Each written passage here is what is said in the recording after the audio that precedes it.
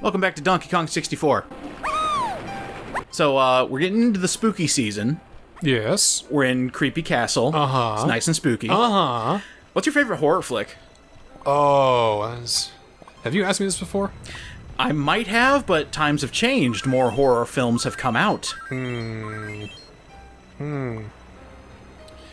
asked me at a bad time. Well, then what's your least favorite horror flick? Oh, least favorite? Oh. Yeah, let's go to the bottom of the barrel first. Let's try something else. Shit. Shit. What kind of horror film? Open to interpretation. It can be subtle, it can be slasher, it can be a little bit of everything if you wanted to. It can be social commentary, hell, if you want. Like, I know you are a big fan of Get Out. Oh, I love Get Out. Get Out and Us are fantastic films, and I just adore everything that Jordan Peele touches, basically. Nice. He is one of my heroes, and he's great. He is a good man. Yes. I'll tell you who's not a good man. Who's not a good man? Darren Aronofsky. What has he made?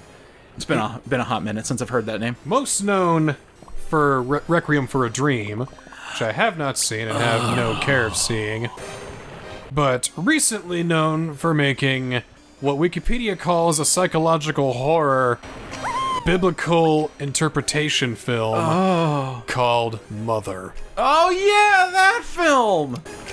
I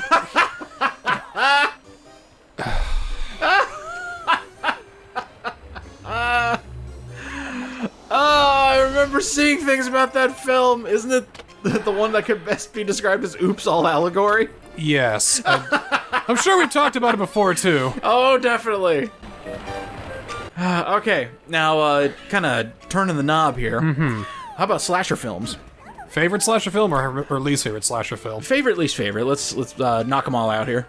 So, let me tell you how much I hate the Wrong Turn series. Okay. The Wrong Turn series, if you don't know, it's basically murderous, inbred, hillbilly, redneck family. Oh, like that hasn't been done before? Well, this is just another interpretation of it. Okay. It's just how it is. And, well, they're bad. Really, really bad. It's a lot of gruesome, just bad horror, terrible CGI. The plot makes no fucking sense. Yeah. There's like 7 of the movies. They're doing a reboot that might be alright. What the hell? Oh, what the fuck happened? So, I didn't know that could happen. Huh. Apparently, if you bring in homing ammo, you can cheese this part. We need something that happens later, but I hit the button. I ran out of homing ammo, so we're not going to be able to cheese the rest of this, so we'll just forget it ever happened. Well, we'll never see that again. Nope. Never. So the Wrong Turn movies are just really bad. They're really horribly violent. They're just awful movies. It's just not fun. Except for the second one. Wrong Turn 2. Wrong Turn 2 is probably my favorite slasher film because it's what I think at the core what a slasher film is supposed to be. Fun, interesting, brutal violence. Yeah. It's as a matter of storytelling, as a matter of character development and all that. And Wrong Turn 2 just kind of hits all those notes. It's got some really, really good practical effects violence. The opening kill girl literally gets split in half. And it is gruesome. It's pretty good. They did great work. You know it's gonna be good because they have like a costume designer credited in the opening credits. There's a lot of really interesting kills. The storyline is really good. It's Henry Rollins is in it. He's a laugh. He's like this angry drill sergeant because they're doing some sort of phony post-apocalyptic reality show that of course goes wrong because they're doing this in the fucking backwoods where these redneck hillbillies are. And it's just everything goes wrong, and people start dying, and the violence is really good, and it's a fun, tense ride. The pace is good. It's just really, really good. Call me a sucker for the classics, but I've really enjoyed the Friday the 13th films I've watched. I know I need to see the other classics, i.e. Nightmare on Elm Street, Halloween's, get caught up in all my slasher villains. But I will say, Friday the 13th is the one that kind of messed me up as a kid. Really? Do you remember when Blockbuster existed? Oh, yeah. Yeah, we had a couple of them. Mm-hmm. I remember browsing through the horror section because I've realized this as I've been getting older. You know what I miss? What? It's the smell of blockbusters. I don't recall a smell. I just recall, I don't know, just video games, the N64 games specifically, and going through the horror section, scaring myself to death. just something about the sort of clinical scent of a blockbuster. It might have just been me, but I don't know. It's really interesting. But one thing I remember vividly is going through the horror section, seeing the Friday the 13th films, one after another. And the box art, you know, they're just kind of like, oh, Jason's got a knife through his mask. Oh my god. Violence! Be afraid. And then you look at the back, and I have a nervous disposition. If you get me with enough subtle horror, I just can't stand it. I get skeeved out. I saw imagery of Jason coming through a window as one of the freeze frames on the back of the box. Actually, no, it was a mirror. He came through the back of a mirror. And when I went home, we have a giant mirror in our bathroom, so I was like, oh no. So I couldn't handle that. I didn't even watch the film. You don't live in Crystal Lake, you're not in Manhattan, you're not in space, you're fine. I'm not wait. No, actually, I watched the soft reboot of Friday the 13th. I think that came out in like 2012, 2011. And that one was pretty decent until one specific part where I laughed. And laughing during your slasher film is a bad sign. It was where there was a gal hiding from Jason in the water underneath a dock. You know, he comes lumbering through, bam, bam, bam. Here he comes! Yeah, he's more like a hillbilly, which I found out all reboots tend to make their slasher villains into hillbillies for some reason. Yes. Thanks, Rob Zombie. Yes, Texas Chainsaw was really good. We all know that. But, she manages to escape, quote unquote. He shows up, he's like, she's not here, so he walks away. And then, the smarter Jason, apparently, turns the machete sideways and pokes it through the dock into her head. And for a split second, she goes cross-eyed, and I saw that, and I just started busting up laughing. For one, thinking you could escape, and for two, just seeing this poor woman go, bleh! And that, my friend, is the definition of camp. Yeah. Oh, definitely. Yeah, as soon as we went to space, and Jason actually killed a guy in a sleeping bag, we kind of have to soft reboot this. We need to make it horrific again. They jumped the shark so hard he's in orbit. Look at him, he's in space. I think the final battle was in a mech suit. That's how crazy it got. Mechs, you can't beat that. No, you can't beat that, which is why you soft reboot it and you try to make it maybe ghosts, maybe aliens, but you know, actually, that'd be cool. Aliens? If Jason versus aliens? Yeah, Jason goes to another planet and starts like, harass, it's like Mass Effect, but Jason's going around killing people. You see the victims running away. Slurp, glorp, glorp. Oh, hell. So they use other high-tech space weapons from the year 30 billion AD or whatever. But they don't work on him because he's fucking immortal. Escape. Look out! Just a simple machete just works through most flesh. Cuts through most metal. Ooh, this one's a laser machete. Oh fuck, we're doomed. He busts into the set of Futurama and starts taking out all the alien creatures. You know what slasher film has kind of endured throughout the years? Saw? Chucky. Yeah. Few sequels back in the day got brought back. And I know why. Why's that? Because it has consistency. Chucky has more consistency than most of the typical slasher films do. Oh, I agree with that. I mean, it's John Carpenter's Halloween, but how many Halloweens did John Carpenter really write, direct, and produce? Probably like 2. You got me there, because the more you bring back a slasher villain, the stupider it gets. Yeah, so, same with with Halloween, they got, new guys. With Friday the 13th, they got new guys. Nightmare on Elm Street, they didn't always have Wes Craven at the helm. So how does Child's Play / the Chucky movies, how do they stay consistent? For every single Chucky movie, and I think even including the reboot, Whether he's a writer, director, producer, executive producer, based on an idea of credited somehow, there has always been the name Don Mancini.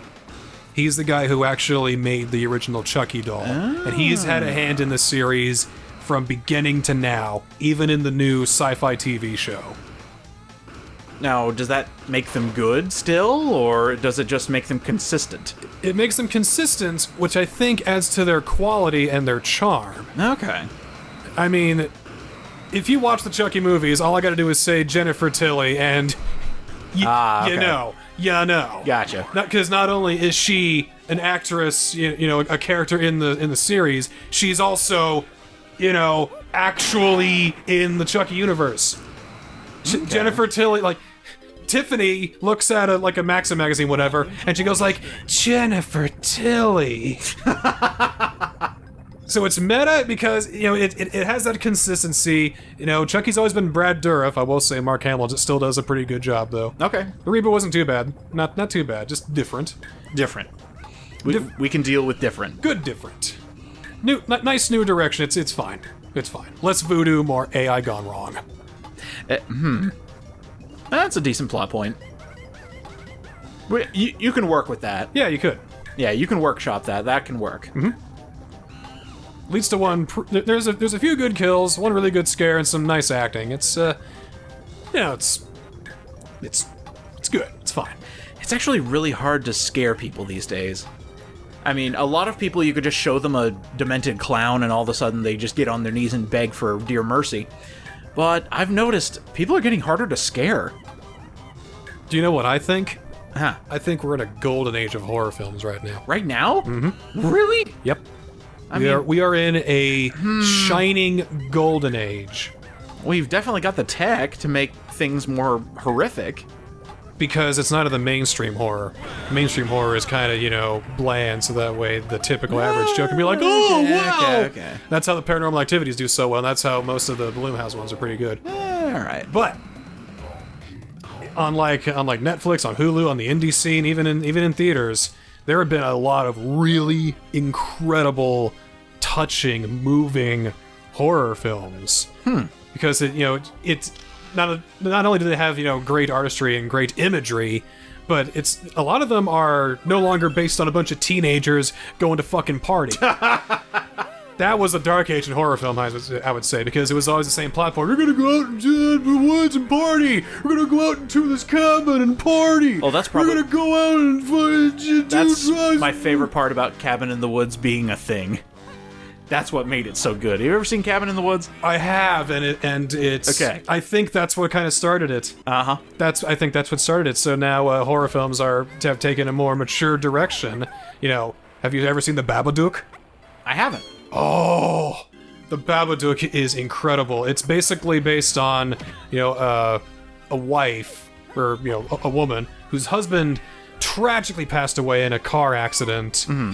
And now she's left with this child who, you know, maybe with the grief of her husband, who she loved incredibly. Yeah.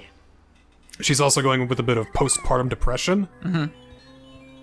As you do. So she hasn't really connected with the child too much. Not only that, but there's this book that talks about the Babadook, some agent of shadows or whatever, you know, it's a story. It's a creepy, unsettling black and white pop-up book.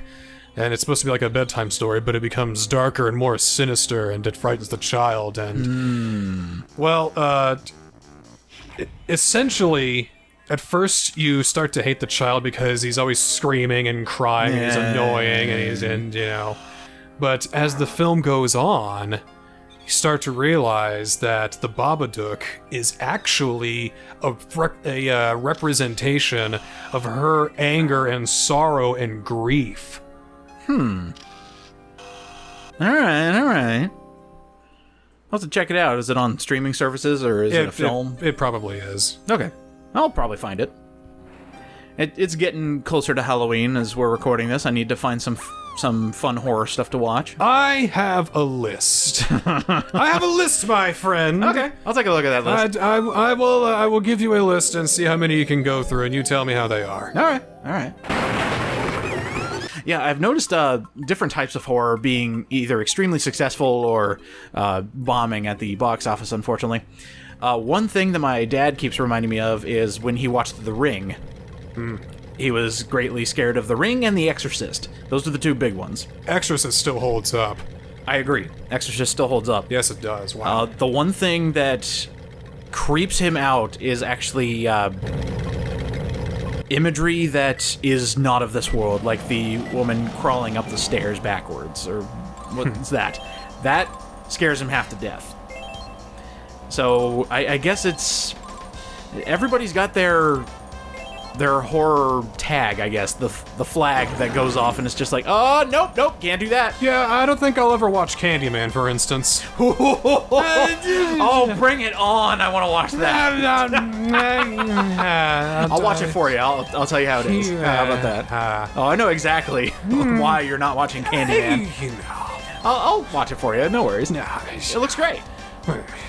Jordan Peele, though, but nah. Maybe you could have Violet put her hands over your eyes for the scary bits. It is bits. a movie, so it might be, but it might be. Although it might be, but yeah, I'm very torn on this. I'll watch it for you. Maybe I'll just watch Us again, and I'll just get over it. Maybe we'll get together for a movie night and we'll watch Candyman together. How about that? Actually, they're remaking Scream. And that could be Oh no, interesting. it's Scream 5. That's Scream 5? It's basically the joke. Oh shoot, I thought that was a remake, my Nope, bad. it is Scream 5. Oh, well, shoot. Because it's all the same people, it's a continuation, they keep saying it's happening again. Baby, that ain't a reboot! Oh. That's a sequel disguised as a reboot because Scream has always been, meta. I haven't seen a lot of Scream though. I saw the first one and bits of the second, but... See, this is what happens when you watch ads with the sound off. You go, oh, hey, cool, it's Scream. Must be a remake. They try to sell you stuff when those ads are on. I never listened to them. And sound is a big factor into it. I mean, it's not like... I know. It's not like mimes or like, miming how to use an iPhone or whatever. Sell me something, clown. Mime. He starts swiping his palm, then he points at his wrist, and then he points at his ear. Oh, There I you go. get it. Yeah, actually, I want to go back to the examples of things not of this world, like imagery that freaks you out. Going back to The Exorcist, the flash imagery of Pazuzu is one of mine. It's just like, wait, did anybody else see that, or was that just me? Anybody else? Also, the projector scene from It Chapter 1. That'll do it. That did it for me. Even in the theater, I was watching it with my sister, and I just, reeled back a little bit. I was like, oh! It Chapter 1 and 2, that's, those are really good ones. That's the most recent ones, I should say.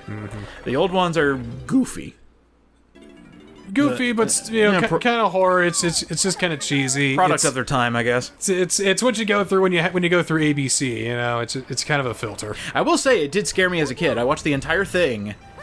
Because it was one big long special, and I shouldn't be watching this, but I'm watching it anyway. You just watch me, parents. It's basically just a more bloodier Are You Afraid of the Dark? I was absolutely terrified of it. Kept watching it, and when that stupid spider at the end showed up, I wasn't afraid anymore. All the horror just dropped. I was just, oh, this is stupid. But that was the original. The remakes were very effective and very good. Notice how the second one is based on grief? Yeah, I did notice that. It's just a representation of their fears. It's more internal than you think it is. And they got rid of the stupid turtle scene. Violet's actually read the book, and I'm like, and she's like, at least I got rid of the turtle scene. And I'm like, what are you talking about? And she's like, don't ask. I'm like, but what is it? It's like, it's I've stupid. heard about the turtle scene, and after hearing about it, I'm like, oh, thank Christ. There's a couple things we were able to sacrifice for the sake of sanity. Good. I think Stanley Kubrick sacrificed too much. Yeah, I'd say that. What's the magical number? 127 times to get one scene right? That's That's your Kubricks of the world, that's your Kurosawas of the world. We get it right, or no dice. It needs to be perfect. Now I'm just thinking if Kubrick made this in this day and age. can still see some shitheads online just going, it was okay. He's going, excuse me? 127 times! And you're saying it's just okay? But then again, you'll have the other people who are saying, no, it's a masterpiece, it's fine. It's great. Not to go back to Mother, but for some reason, that awful film is so polarizing for some reason. Really? Yeah. People are torn on the it's quality of Mother. It's not that people are torn. Oh no, nobody is torn. No, like no one's like, well, there are some good parts, but you know, I'm not sure how I feel. You either got people who absolutely despise it because it's a pretentious garbage film that's so stuck up its own ass, its eyes are its nipples. So it's polarizing in the fact that it's either utter garbage or just a bad film. Or you think that it's actually pure art. Oh, this is what a psychological horror film is supposed to be. Oh yes, Get out of here. Yeah, it's idiotic. Oh God. Actually, They praise the cinematography, but half the time we're just up Jennifer Lawrence's nose half the time. It's so you figure out the allegory. She's Mother Earth. All the allegory. Oh, Christianity. It's so you can figure out all the allegory. Actually, some films I want to watch again. Do you want to have a Uwe Boll marathon? No. Watch some of that crap? No, he's not even interesting bad anymore. He's just bad. I still haven't watched Blood Rain. I watched, no, crap, what was the zombie flick? Typing of the Dead. No, that's not it. I got a crap film for you. What'd you got? Open House. Open House. It's basically a killer who kills people who check out open houses. That's fantastic. It's fucking stupid. That's fantastic. And without spoiling too much, but spoiling too much, they spent the whole movie working on an opening kill. Oh, Jesus Christ. It's really bad. All right. I'm going to interrupt our horror talk to talk about this right here. I'm having a good time. Yeah, this is great. So this is something a commenter brought to my attention. You can basically give yourself invincibility using one of these pads. Oh? So you see how Lanky's invisible? Yeah? What happens is you are mid-transition when you use your, hold the B move and you use a big old attack like that. Uh-huh. You can interrupt transitioning to the arena, and you are stuck transparent, which I believe grants you invincibility. Post-text will correct me if I'm wrong.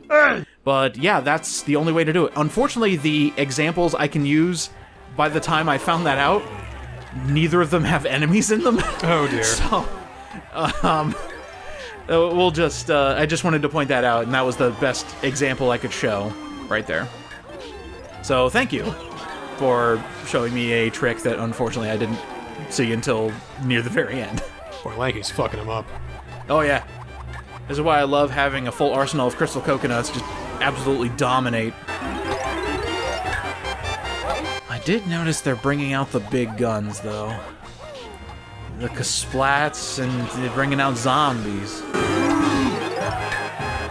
And he just disposes of them. They're just gone. They're just dead. So much carnage. So much blood. You know, you gotta think, King K. Rool has to be a pretty amazing dude, and must have some really good juju to be able to raise the dead and kill these dudes. I don't know. If I could raise zombies, first of all, I wouldn't because I'm frightened to death of zombies, but yeah, it'd still be interesting to do once. Yeah, isn't that ironic? Somebody called me out on that the other day. I am legit terrified of the possibility of a zombie apocalypse. And yet, that's essentially my entire LP channel was based on zombies. I've already disproved why there will never be a zombie apocalypse. I don't know, the bath salt stories from a couple years ago almost did it. Yeah, what happened to him?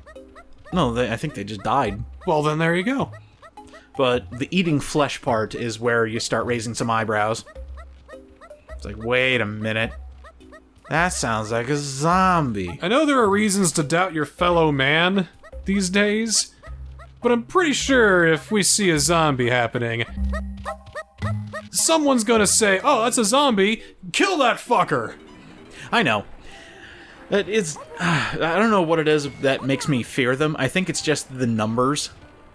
Like, if an outbreak starts, and, you know, seeing as how our world is really good with outbreaks, we're gonna be screwed. Maybe it's the idea that you lose your humanity. You no longer are yourself. Well, I also hate the idea that I might have to put a 2 in the 10 spot of my family members that are trying to kill me. That I don't like. That's just bad. Well, nobody would. Well, yeah, well, nobody would like to do that, obviously, but... Like, no one goes, yes, zombie apocalypse, first stop, Uncle Dad. Now, and... Get my shotgun! I'm taking this bastard down! I don't think he's bit yet. Well, then I'll find a way to bite him. You just push him out in the yard, and it's just like, hey, let me know if you get bitten. Oh, no! I'm sorry, this will hurt me more than it hurts you! I'm sorry. Wait, I haven't turned yet. I'm so sorry. No, please. I don't think I'm actually bitten. I mean, look, it's just a mark. It's not even... I'm so sorry. This is just a Shaun of the Dead sketch. Oh, yeah, it's totally Shaun of the Dead. Which kind of lightened the mood for me when it comes to zombies, all told. Even though that has a really gruesome death in it. Oh, it does. Holy shit. Get fucked, Four Eyes.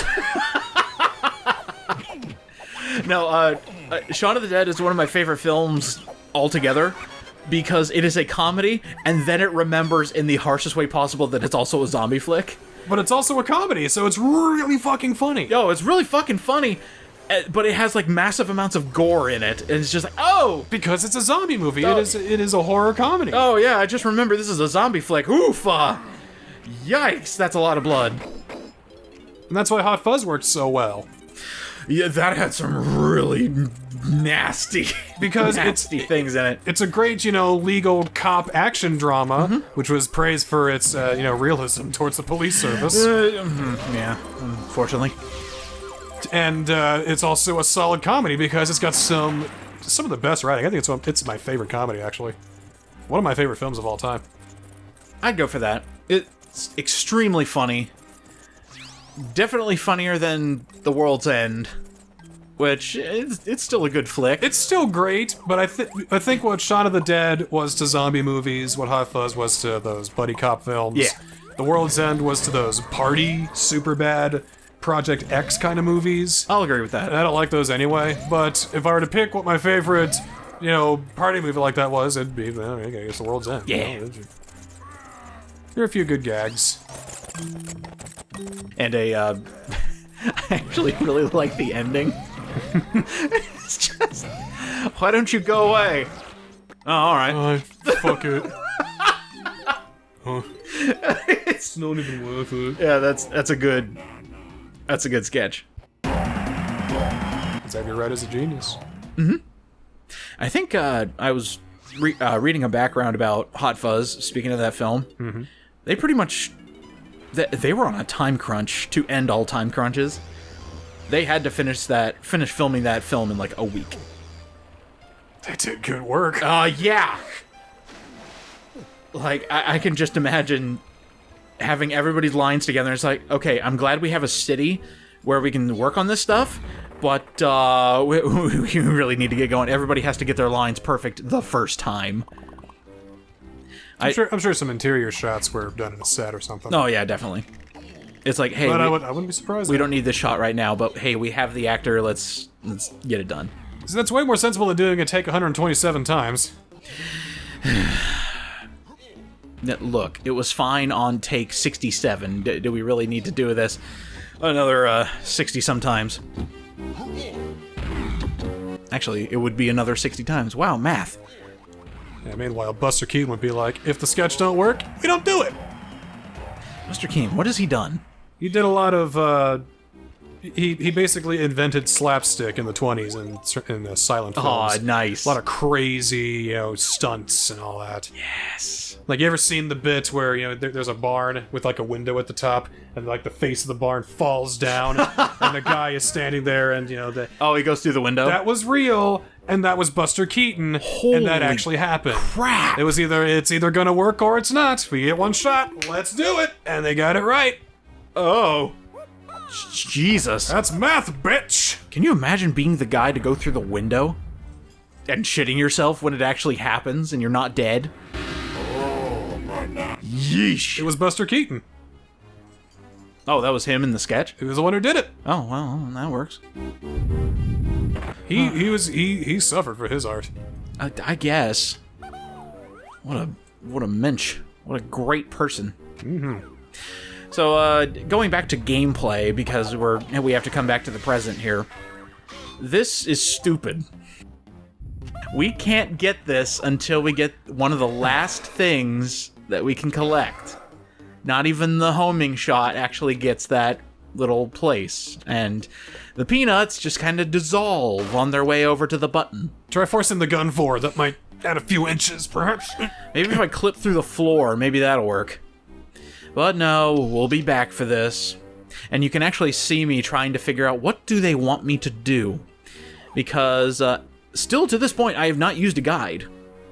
Like a written walkthrough to figure out what I need to do. Oh, I live and die on guides. I yeah. Yeah.